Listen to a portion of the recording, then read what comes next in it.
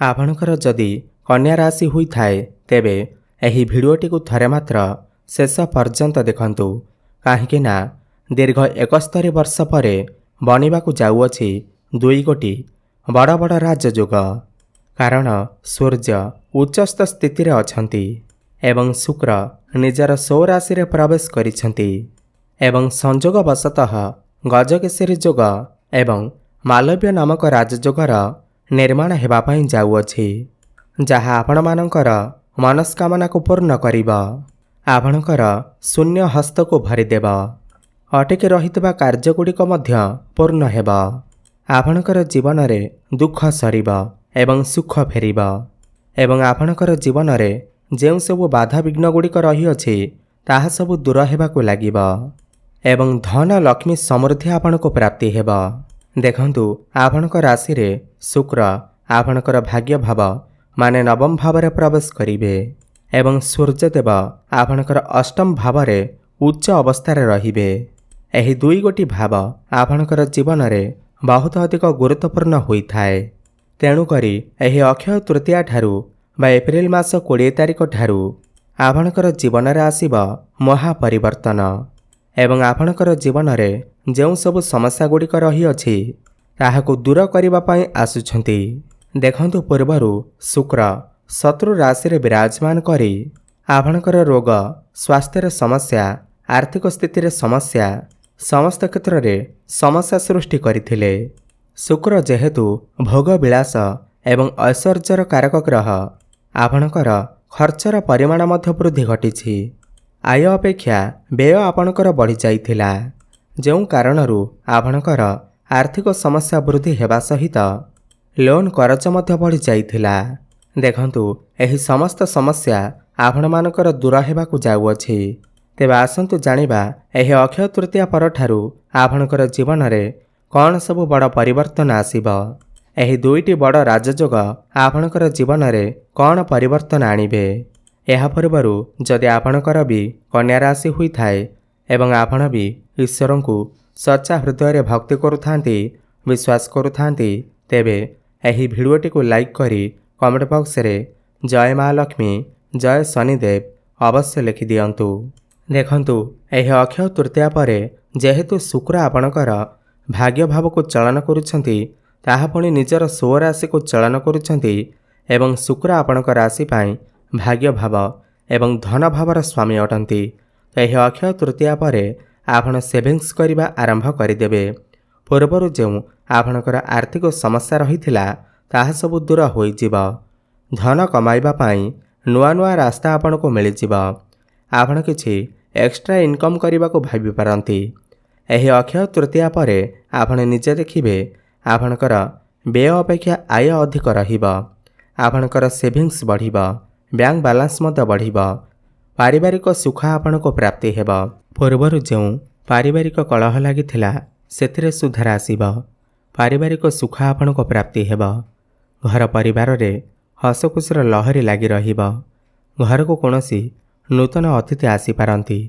आपणकर बाणी रे मधुरता आसीबा। लोकमाने आपणक आड़कू आकर्षित हेबे। जेहेतु शुक्र आपणकर भाग्य भाव को चलन करिवे पूर्वरु जेउ भाग्य आपणकर साथ देउ नथिला समस्त कार्य रे विलंब हेउथिला एही अक्षय तृतीया परे भाग्य आपणकर पूर्ण मात्रा रे साथ देव। समस्त कार्य रे सफलता मिलिब। जेउ भी काम रे हाथ देबे सेथिरे आपणको सफलता प्राप्ति हेब। अटकी रहिथिबा आपणकर समस्त कार्य पुणी थरे चालू हेबाकु लागिब। एही अक्षय तृतीया परे आपण किछि भूमि जमी प्रॉपर्टी नूतन जानवाहन क्रय करि पारंती किंबा नूतन गृह मध्य निर्माण करि पारंती। आपणकर गृह रे किछि शुभ मांगलिक कार्यर आयोजन मध्य होई पारे। आपण कोनोसी धार्मिक स्थान को बा दूर स्थान को यात्रा करि पारंती। पौत्रिक संपत्ति रु आपणको किछि लाभ मध्य मिली पारे। बकिया अर्थर प्राप्ति होई पारे। पुराना प्रॉपर्टी रो मध्य आपणको किछि लाभ मध्य मिली पारे। जेहेतु सूर्य उच्च अवस्था अछंती तो यह आपणकर क्यारियर पाई कर्मक्षेत्र पाई अत्यंत शुभ अटे। एही अक्षय तृतीया परे आपणकर कर्मक्षेत्र रे जो समस्या देखा देउथिला जो व्यक्तिविशेष माने दीर्घ दिन धरी चाकरीर अपेक्षार थिले यह अक्षय तृतीया पर आपण को निश्चिंत भाव में बेरोजगार युवक युवती मानू नूतन कर्म नूतन चाकरी प्राप्ति हो पारे। आपणकर प्रमोशन हो पारे। चाकरी क्षेत्र में आपणकर ट्रांसफर मध्य हो पारे। कौन एमएनसी कंपनी जॉब ऑफर मध्य आसी पारे। आपण आपणकर काम कार्य को नहीं विदेश यात्रा मध्य करि पारंती। कर्म क्षेत्र में आपण को सम्मानित करा जाई पारे। आपण जदि गवर्नमेंट सर्विस करूछंती सरकारी क्षेत्र में किछि कार्य करूछंती राजनीति क्षेत्र में अछंती तेबे आपणकु अनेक शुभफलर प्राप्ति हेब। शिक्षा क्षेत्र में छात्र छात्री माने उत्तम फल प्राप्ति करिवे। उच्च शिक्षा करने को बाहर को जाई पारंती। कौनसी नूतन स्थान में एडमिशन नहीं पारंती। यह अक्षय तृतीया पर जदि आपणकर किछि एग्जाम अछि खास करी कॉम्पिटिटिव एग्जाम अछि तेबे सेथिरे आपण निश्चिंत भाव में उत्तीर्ण करिवे। आपण किछि बड़ परिवर्तन करि पारंती। कौनसी फॉर्म फिलअप करि पारंती। छात्र छात्री माने सेमानकर पाठपढ़ारे बहुत अधिक उन्नति प्रगति करिवे। जो माने प्रेम संपर्क अछंती पूर्वर जो आपणकर प्रेम जीवन में समस्या लगी रहुथिला तो समस्त समस्या दूर हो जिव। आपणकर जीवन में कहीं नूतन पार्टनर आसी पारंती। आपण जदि आपणकर भल पाइबाकू विवाह परिणत करने को चाहते तो यह अक्षय तृतीया पर आपणकर भल पाइबा विवाह रूप मध्य नहीं पारे। जो पिलामानकर विवाह बयस हो जाइछे सेमानकर घर को विवाह प्रस्ताव मान मध्य आसी पारे एवं विवाह मध्य फाइनाल होई पारे। भ्रमण सुख आपण को प्राप्ति हेब। समस्त भौतिक सुखर मध्य प्राप्ति हेब। जो दंपति माने दीर्घ दिन धरी संतान सुखर वंचित थिले यह अक्षय तृतीया पर संतान सुख अवश्य प्राप्ति हेब। आपण चेष्टा जारी रखंतु। वैवाहिक जीवन में जो पूर्वर समस्या लगी रहुथिला मन मनांतर कली झगड़ा लगी रहुथिला तो अक्षय तृतीया पर समस्त समस्या दूर हो जिव। आपणकर लाइफ पार्टनर क्यारियर ग्रोथ हो पारे। आपण दुई जण मिसी किछि फैमिली प्लानिंग करि पारंती। बड़ डिसीजन नहीं पारंती एवं व्यापार वाणिज्य क्षेत्र में आपण बहुत अधिक उन्नति प्रगति करिवे। नूतन व्यापार किछि आरंभ करि पारंती। पार्टनरशिप रे आपण किछि व्यापार आरंभ करि पारंती जहाँ भविष्य में आपण को अनेक गुड़िए लाभ आनी करि देब। पूर्वर जो आपणकर स्वास्थ्य रे किछि समस्या देखा देउथिला तो समस्त स्वास्थ्यगत समस्यारू आपण को मुक्ति मिलिब। जो माने विदेश को जावाक चाहूले से माने एही अक्षय तृतीया पर विदेश को जाई पारंती। जो माने हॉस्पिटल मेडिकल फील्ड रे काम करुछंती सेमानकु शुभफलर प्राप्ति हेब।